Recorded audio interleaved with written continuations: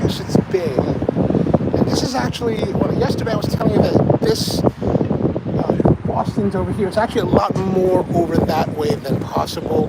Like you actually have to go to the other side of Hull. Hull is actually a peninsula here, right on the Atlantic. This is more over this way is really to the Atlantic. Over that way is going to be to Boston.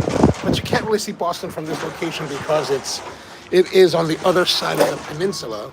So what's going on? Hope you're all doing well. Good to see you. Welcome back to the Coffee Q&A, our daily live stream about coffee here at 10 a.m. Eastern Time, Monday through Friday.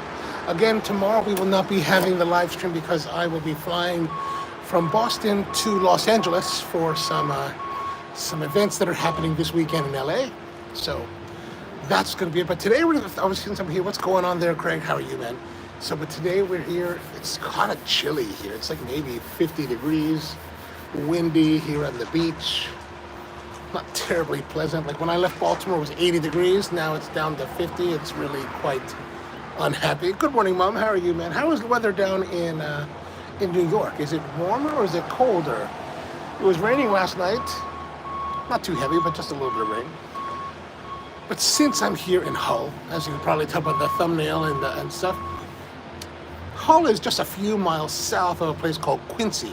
Quincy, Massachusetts is actually the place where in 1948, Bill Rosenthal started a company called, he opened a place called Opening, now I can't remember the name of the company. Let me look at my notes here. He started a place called the Open Kettle in 1948 in Quincy. A couple years later, in 1950, he decided to change the company name to Dunkin Donuts. And so in this part of the United States, this little region of pocket just south of Boston is where the big chain Dunkin Donuts started. And today Dunkin Donuts has, what does it say? They have 12,900, so they're just under 13,000 locations worldwide across 42 countries. So it's pretty crazy. Kione, aloha to you, man, from in Thailand. Michael's with us down from Houston. And Mom says it's pretty cool today. All right. So yeah, it's pretty cool. So yeah, there are a lot of different countries, but since I was here, I thought, let me go and get some Dunkins because I thought it'd be interesting to try. So the other week, maybe back in January, not the other week, but back in January, I went to my local Dunkin Donuts. They built a new one, and I thought, let me try it.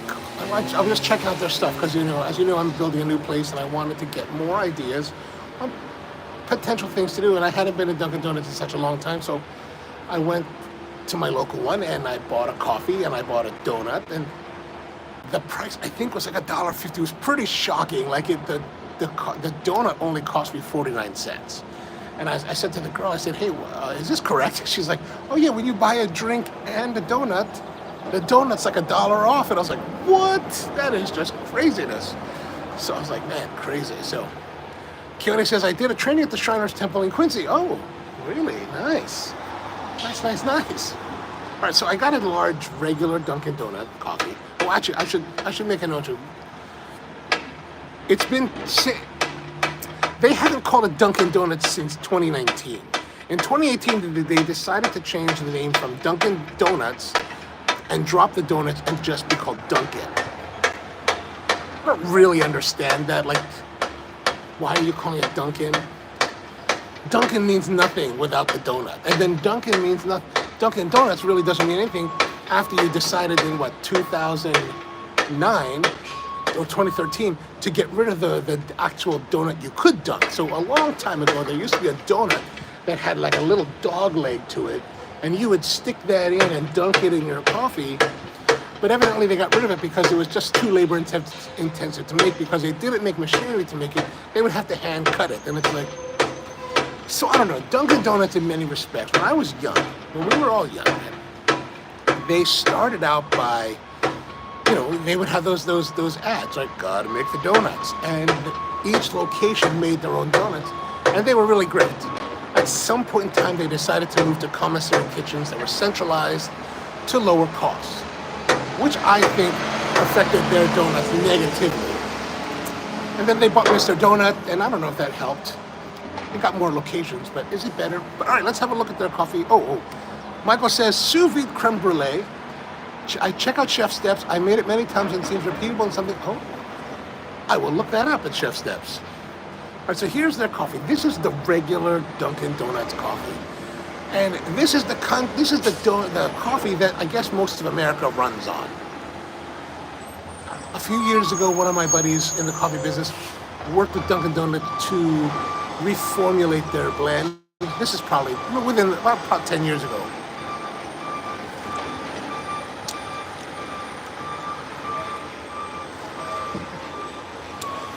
You know, the cup is clean. It's serviceable. It's not terribly negative. Like there's not a lot of.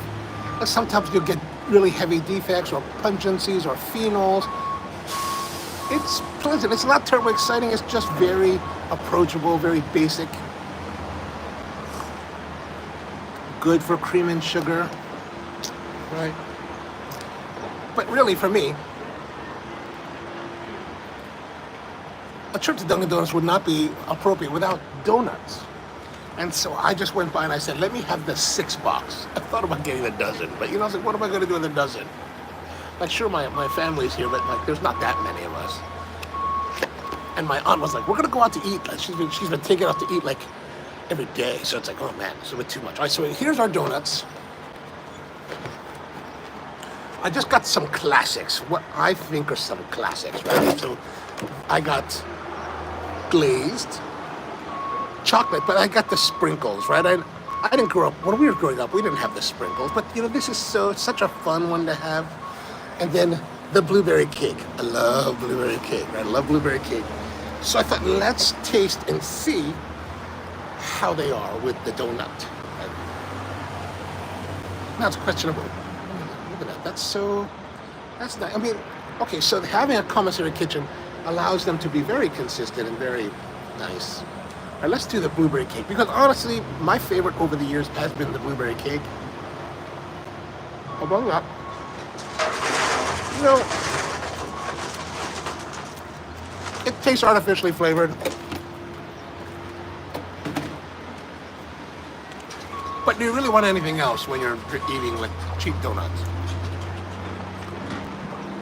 Or forget cheap donuts. If you're eating donuts at all.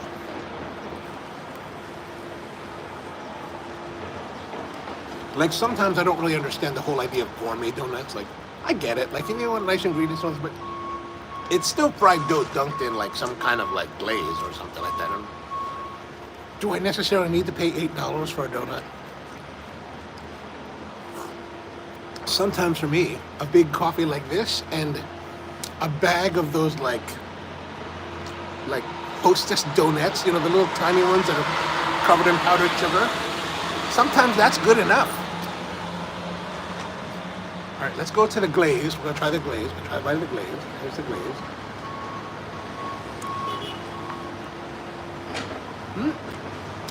Soft.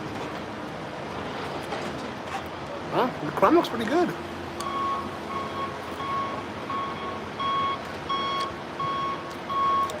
I mean, it's not the best raised donut I've ever had.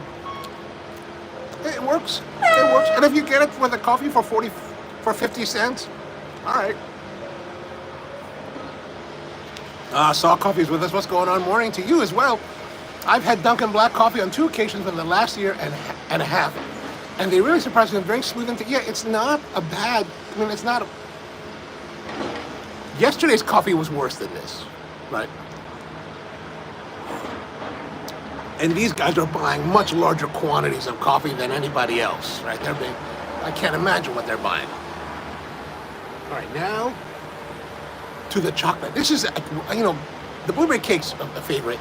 This is, of course, when you're a child, this is also the favorite. Look at that. That is pretty, right? There's very pretty.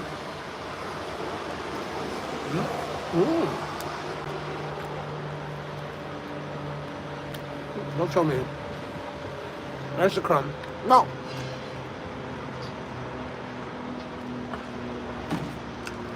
I think the crumb is a little bit on the dry side. Like, I would prefer something a little bit more yeasty, moister, right? Let's go back to our blueberry. with the very like kind of artificial tasting blueberry. Now there's bits of blueberry in there, right? But are those really blueberry bits, or are they just some kind of, who knows? And does it matter?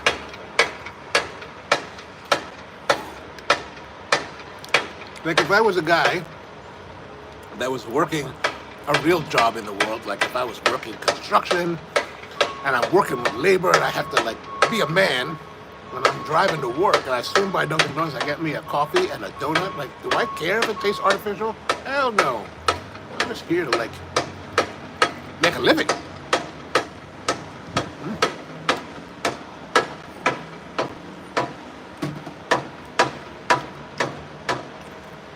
All right, pretty good. Pretty good. So yeah, Dunkin Donuts. We're in the heartland of where it started. And I don't know if you guys saw that. You must have seen this. There's an advertisement on television. How did I see it? I think I saw one during the Super Bowl. Matt Damon and Ben Affleck, who were two like homegrown Boston boys, are doing a commercial for Dunkin where they're like wearing some kind of Dunkin colored tracksuits, and I don't even understand what's going on. Does anyone understand what's going on in those videos? I have no idea. I'm like, what the hell are they even talking about? Like, is this supposed to encourage me to like buy Dunkin Donuts coffee? Maybe give me the jacket. Maybe I'll drink more of the coffee.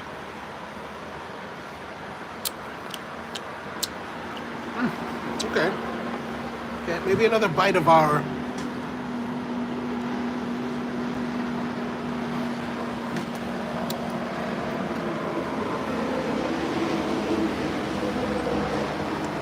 This is definitely not healthy eating. Oh, the suit sold out? Really? I don't know if I'd buy one. Like, they're pretty ghastly. I'm like, oh, that's crazy looking. But if they gave you one, I certainly would wear it. And so it says, I can't do the artificial. I roll with Do-Right Coffee Donuts. And you know, I was not able to try Do-Right when I was in Chicago. My main thing this last trip was to go to Mr. Beef and check out the location of the Bear. I've already done a lot of the touring of the Mr. Beefs. I went when I was there last year. I went to Portillo's and a couple other ones. I went to Al's. Ooh, Al's was good, but Mr. Beef, I thought Mr. Beef was pretty darn close. Where I'd like to go to next in Chicago though is I would really like to go check out the original location of Nuts on Clark, which is my favorite of the two major popcorn joints. You know, at United's terminal at O'Hare, there's Garrett's at the B concourse, and then there's Nuts on Clark at the C concourse. I like Nuts on Clark better. I figure out why. The caramel that they're using for the Nuts on Clark is not as caramelized as Garrett's. Garrett's has a little bit more caramelization to their caramel, so it's a little bit more bitter, right? Whereas and it's darker, right? Because the darker gets that a little more bitterness to it. Whereas the Nuts on Clark doesn't have that bitterness, and I just like that better. And maybe it's also because that was probably the first one that I ever had. But anytime that I fly through ORD, it's like I'm trying to hustle myself to C19 to get to the Nuts on Clark. It's terrible. It's really terrible. Mom says they showed them at the Super Bowl commercial. Ah, yes. Yeah, that's it. That must have been where I saw it. But I didn't realize they were actually selling the jackets. I thought they were just like costume for the commercial. And Tilly says, had donuts from all over. I still like a Col Mocada with color. Oh yeah, that would be nice. From Kamehameha Bakery. Yeah, that's a good one. You know, to be honest with you, I'm not a big fan, and I know people are going to hate on me for this, but I'm not a big fan of Leonards. I don't like it to be too, like, Leonards is really thick and heavy, and like, I just don't like it. I like it lighter and airier. Which is what I really liked about the Zippy's malasada. When we went to Zippy's for dinner, we had some malasadas. We had the mochisada as well as the traditional malasada. And their malasada is nicer and a little, very yeasty and light. I really like that. I like it when they're yeasty and light, except for the cake donut, which I like to be thick. And yeah, this is definitely an artificially tasting kind of donut. But you know what? This is...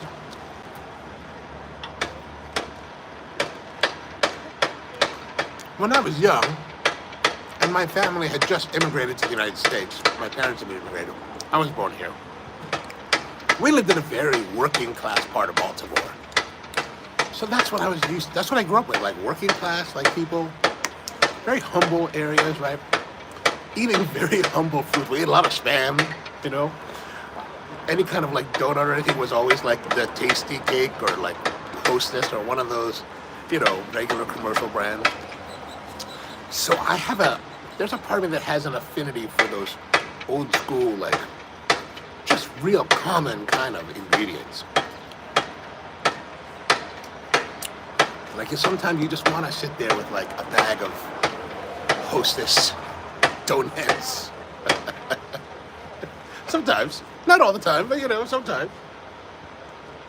Actually, I was speaking of Col Mocada.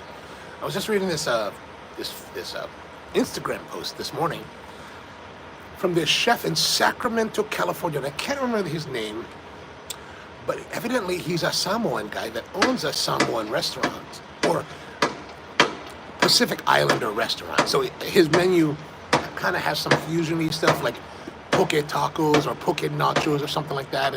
But on Sundays, I guess he was getting some hate from like other Samoans, because on Sundays he has this very traditional Samoan meal. So he's got things like the poo, which is the milk, the coconut milk cooked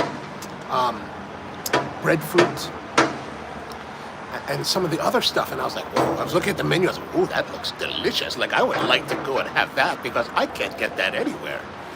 And so, but I guess, you know, it's like, and you know, I see this in the Filipino food world, right? Like, people go to Filipino food restaurants, and I used to do this, where I go there like, well, it doesn't taste really. It doesn't, it tastes perfectly fine. It just doesn't taste like how your mom made it. Like, my mom's adobo is going to be different than your mom's adobo. And if you like your mom's adobo, you're not going to like my version of it, right? You'll be like, well, that doesn't taste the same. No, it doesn't taste the same. Because your mom's a charlatan who wants to put coconut milk in her adobo. What is that all about? And Keone says, Hostess powdered donuts was a go-to. Yeah, man. I just had a whole bag of it like in November. I saw it at the grocery store and I was like, let me buy that. And I'll have some nice coffee. I had some nice coffee. I just sat there. I'd eat the whole bag in one sitting. Maybe 3 sittings.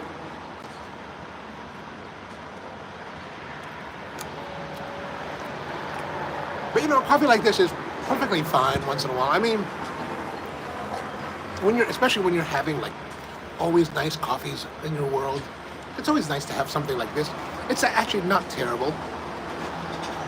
It's pleasant to drink.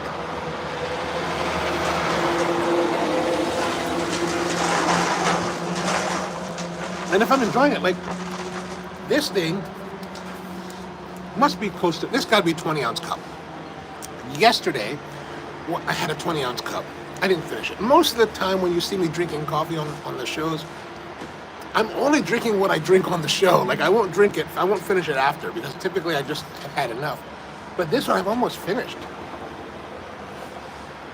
Really, because I'm eating donuts with it. But yesterday we had this big, huge croissant filled with cookie dough, which was really good, but man, super sweet. This is the thing about this, okay? Like, this is commercially made. This is probably as industrial as we're gonna get. This is not good for all the right reasons, right? Like, all the wrong reasons. Like, you don't, industrial, it's like exploitative, it's whatever you want to call it. But you know what? It's balanced. There's a balance of sweetness to the coffee. And I wonder why, maybe they don't make it so sweet.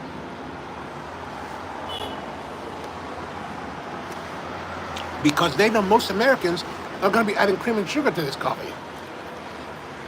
But to my taste, the black coffee, no cream and sugar, with the donut is a really pleasant balance of sweetness to bitterness. So I'm on a coffee trip. I'm actually not on a coffee trip. This part of my trip here to Massachusetts is to visit family, with family. And then I'm flying to Los Angeles because I'm actually attending a memorial service because one of my mentors, I used to be in the paintball world for many years. As both a player and part of the industry. So we had a little shop in Mississauga, Ontario.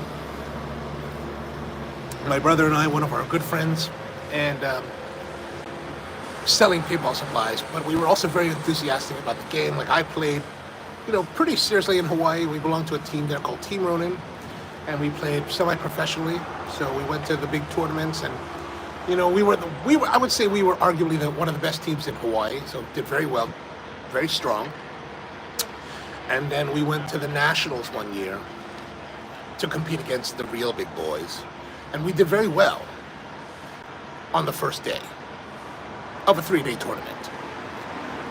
But the thing in Hawaii, the tournaments are like maybe a day or a day and a half, so we weren't prepared for we were prepared for the level of play.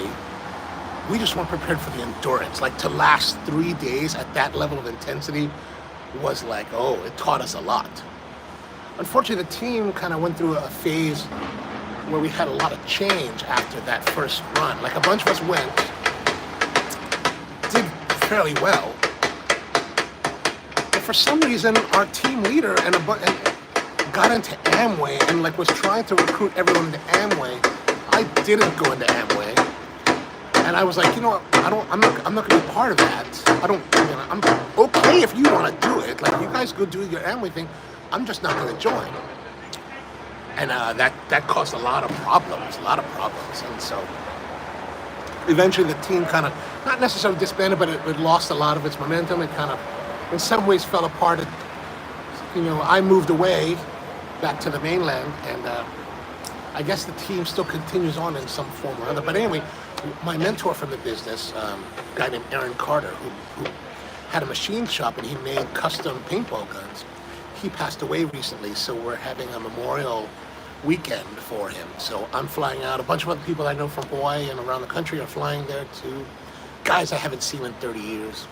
My brother's coming out as well, so we're all converging on a place called SC Village on Saturday in Corona, California at 8 a.m. for our memorial game. And then we'll have another memorial thing on Sunday at the Adrenaline Zone in Gardena. So if you're having me out there, come on out and join us. I haven't played in years. I got my gear ready. Actually, the gear's all old. I'm like, will it still work? I don't know. I can't believe I can still fit into my old uniform, though. I thought I must have bought really large, sizes back then. And Eric Brady's with us. What's going on, Eric? How are you, man? I've been well. I've been busy down here in Mexico. Oh, nice. Working on a nitro coffee trailer. Excellent. I have a surplus Dunkin Donuts 8-tap kegerator. Oh, cool. Half a tap we use it for. Awesome. It's so easy for people in my end of the business, and in our world to be like, oh, flavor is poo-poo on that. But you know what, man? If people are going to buy it and people enjoy it, then rock and roll with that stuff, man. Because at the end of the day, we're really trying to, at least from my perspective, what I want to do is provide happiness for people, right? I want people, I tell my staff, and this is exactly what I would tell them. I say, we want our guests to be stoked that they were here today, right? That's the whole goal, right? We want them to be stoked. And so however you can deliver that, then that is the path, right? I'm not going to beat you down over little minutia. I remember one girl, really great girl, Elena. She worked for me a long time ago. We used to sell this sandwich, this power, those Munster cheese with Brussels sprout, not Brussels, with sprouts and on a 7-grain bread. So it's kind of a dry thing, right? And one day she called me. She's like, "Hey, I had this issue with this woman. She came in and she bought this sandwich and she ate all of it, maybe except for a little crust. And then she complained about it after and said she wanted a refund. And I denied her. And she got mad and said she's going to call you. And I was like, I said, I just wanted to let you know. I said, hey, don't worry about it. If she calls, I'll take care of it. And I said to her, and she's like, are you upset? I said, no, I'm not upset. I said, you're there. I wasn't. I can't tell you how you should have reacted. I mean, I said to her later, I said to her at that time, I said, you have to make that decision in the moment. You're there. I trust you to be there. I have full faith that you're going to deliver to the best of your ability. Because you have to hire the right people too. But I said to her, next time this may happen, just think to yourself, what is worth it, right? Is it worth it to deny them? And you're welcome to do that again. I'll back you up 100%. But what do you gain by giving it back? I said, it's your choice to make. I'm not telling you how to do it. Because, I think that when you get good people, you don't really have to tell them how to do it. You just kind of give them the guideline. Like, this is the destination we want to reach, right? And if we want them to be happy, we want them to be happy. And like, in my situation, like, we would have flavors. We just didn't have many. Like, if I didn't want to do it, I would not work in the ability to do it. Like, for example, let's say I had for a long time I was against, well, I kind of still am. I'm against 20-ounce cups, right? But if you walk into my shop and I've got a 20-ounce cup and I say to you, and you say, can I get that 20-ounce cup of coffee? And I'm like, well, we don't serve 20-ounce cups. Well, why do you have the damn cup then? It's like, well, you're right. Why do we have this cup? Let me sell it to you, right? And so that's the thing. So like, let's say we didn't want to do like a mint latte or something like that. Well, we just wouldn't have mint syrup, right? We just wouldn't make it. We just wouldn't have it available. So there was no way that we could do it, even though we might want to do it, right? Or we would tell them, we would love to make it for you, but we just don't have that, right? Like, we would have like cup sizes. So 8, 12 for hot, 16 for cold. But we wouldn't have a 16 hot. So if you wanted a 16-ounce cup, we just couldn't. We just were unable to accommodate them. And I think that's probably the better way to go. Sauce says, sorry for your friend. I appreciate that. Did you ever play in Badlands in Crete? I have not played in Crete. I used to come out to, there was a company called Airgun Designs that made a marker called the Automag. I was really more of an autococker person, but Automags, I had a couple of them. I gave my girlfriend one at the time, made her a beautiful custom one, purple with like engraving. Now, Keone, you'd like this. I went to this guy that I knew that did, the Hawaiian bracelet engraving. I had the rails all anodized, purple, and and it's all aluminum, right? So as the guy cut her name and like put the swirls into it, like it was all in silver against a purple, like a bright purple background. Oh man, it was such a beautifully done gun, paintball gun. That never lasted. But what can you do? But I used to go to Airgun Designs out there in Illinois, and then, but I'm an autococker person, so I also had what's his name? From Bad Boys Toys and Shock Tech, Danny Love. He did some work on my autococker back then. Actually, I just found my receipt for it, and I was like, looking him up, and I'm like, ooh, maybe I'll, because my autococker hasn't really run in like almost 30 years now, so I'm like, it doesn't really gas up because all of the O-rings are all probably like rotted out. So I'm like, I'm just gonna send it back to him and be like, hey man, can you do this again for me? Baldhead says it's a customer relations business first. I totally agree. It's always about accommodating the guests as much as possible, making them happy. Now, I do believe in parameters, right? Like I tell my staff, it's like, you will never hear me tell you that the customer is always right. The customer can be very, very fucking wrong, right? However, it's not our job to make them feel that way, right? We don't want to make you feel, as a guest, we don't want to make you feel like you're dumb, or like we think you're dumb, or we hate you, or that like, we want you to be happy that you're here, right? So we want to find the better pathway, right? And maybe you're right, but maybe you're also wrong, right? So like, but our job isn't to tell you that you're wrong. Our job is to accommodate you as much as we possibly can. And that's kind of this is verbatim what I would tell my staff, right? Because sometimes the customer's not always right. And I think that the places that have the philosophy the customer's always right are not really, they don't really have the service mind, the service mentality in mind. And here's something I'm also thinking about lately is like, I go to restaurants a lot, right? Tipping is at all-time high, all-time expectation. We got service charges and tipping charges on top. And you know what? I'll be honest with you. I'm not a big fan of tipping. Like, I've been involved in service work for the last 5 years, right?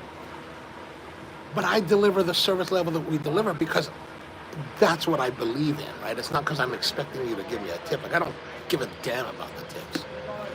Now, I do realize people don't get paid as much, and people that are getting paid that are getting lower wages because of the tipping system, there's a whole world of, but the thing is, like, where's the service? Like, you go to a nice restaurant, and people want you, everyone's expecting 20% tip, which is fine. I don't really have a problem with that.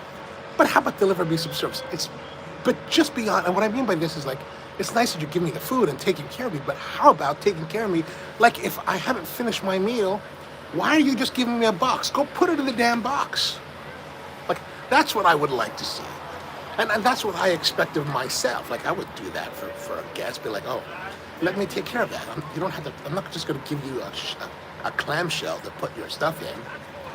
Like, especially when you're doing, I don't know, this is a rant that I've been formulating for the last couple months. And Eric says that learning to make chocolate milk, food science is interesting, needs an emu liver. That's gotta be some kind of like Siri like mistranslation, emu liver, to keep the cocoa powder suspended.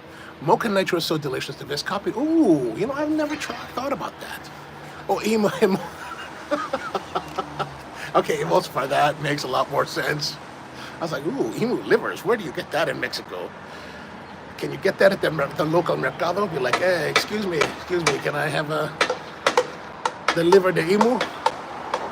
How would you even say emu in Espanol? Emu? And liver. I don't even know how to say those words. Those are things I'm like totally lost in. Baldhead says no tip in Japan. Yeah, that's the thing, no tip in Japan. I'm still trying to reconcile the whole Japan-America thing. Like, if you go, like I went to McDonald's in Shimbashi when I was there in June. I didn't buy anything. I just wanted to go in and get some photos on the menu so I could compare it with the United States. And I was like, okay, here's the Big Mac meal. Big Mac meal, French fries, probably like a medium-sized fries for us, and a medium or small drink for us, right?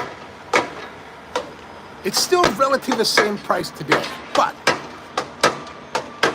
in June, $5.50. And the crazy thing is that the French fries are Idaho French fries, same as McDonald's, that are imported from Idaho to the United States to Japan. It still costs less. I'm just like, what in the world are we talking about here? We're $10 in America. I went to Popeyes at one of the New Jersey Turnpike service centers. I spent $22 for a three-piece combo meal that did not include drinks. So three pieces of chicken, French fries, biscuit, small drink, large drink, $22.50. Mother of God! I was like, what in the world is this? I was so pissed off. I'm like, you know what? I'm gonna like not even drive the turnpike anymore. I'm gonna bypass it. I posted on IG. I don't think anyone cares, but I was like, I'm never doing this again. But yeah, I don't know, in Japan, like, and we're talking central Tokyo, it's like supposedly a very expensive city. Why it's cheaper there, I don't really understand. Keone says, I was really surprised when I last visited that I was expecting the tip when using my credit card and having counters. Oh yeah. Yeah, can you imagine that? We're having counter service and we have to tip. I saw a meme yesterday, I think it was, that said, if I have to stand while ordering, I'm not tipping. And I think, I think that's very, reasonable and fair. Like, how much should we be tipping? Like, tipping is out of control. Like, I think we need to revisit this. But everything's out of control, man. Tipping's out of control. Cost of goods are out of control. Corporate profits are out of control. The raping of American citizens is out of control. The destabilization of democracy is out of control. The quelling of free speech is out of control. Like, the country is just basically out of control. And I think it all has to do with Obama. If we listen to certain groups of people, it's like, Obama did this. I saw one lady, she was talking about how Obama's driving the boat from, like, the back of the bus or something like that while Trump is really the president. Like, oh my gosh. This is why America is like, we'll never be great again. I don't know. Keone says, a quarter pounder meal here in Thailand is about $7 US and everything. $7. See, you can't get a Big Mac meal in America for $7 anymore. It's just not possible. Just not possible. Although I was thinking, in LA, I don't think I'll have the time for this, but I was thinking about driving over to Downey, California, right? Evidently in Downey, they have this McDonald's that is still the old school, like with the arches like over the sides of the building, right? It's like one of the oldest, like old school McDonald's in existence. And supposedly they still fry their apple pies. They still fry their apple pies. And I was like, what? Fry their apple pies? How can I work away past Downey to go get that apple pie? I don't know. All right, well, my coffee has become cold here in the frigid temperatures of Massachusetts. Like, my aunt's place is at a corner of the building. Like, you can see the wall here, right? If I go just a little bit further back, the wind is whipping and would be very, very cold. I'm pretty chilly as it is. And I didn't really plan, since I'm only here for a couple of days, I only brought this vest and this flannel. I don't really have anything else for colder weather. But anyway, I'm on the way to Los Angeles tomorrow, so there will be no coffee Q&A tomorrow because I'll be on a plane by the time we get going. And what else? However, if you have the time, I do believe I'll still be able to do the evening live stream on the Ono Live channel for the Coffee and Cigars show. So I'll be in Los Angeles. I have to go to I'm having a dinner at a place called Le Comptoir in Los Angeles tomorrow evening at 7:30. But I think there's enough time to do the live stream before that. So I'm going to try to do that. So hopefully you guys, if you have the time, come join us. We're talking coffee and cigars like we always do on a Thursday night. But I'm going to run off now because it's a bit chilly. And if you have any questions about coffee, let me know. We'll talk more about it. All right, so I hope you have a wonderful day, and see you guys we're back again here on Friday morning from LA. We'll find something to talk about. All right, until then, hope you guys have a great one, and see you next time.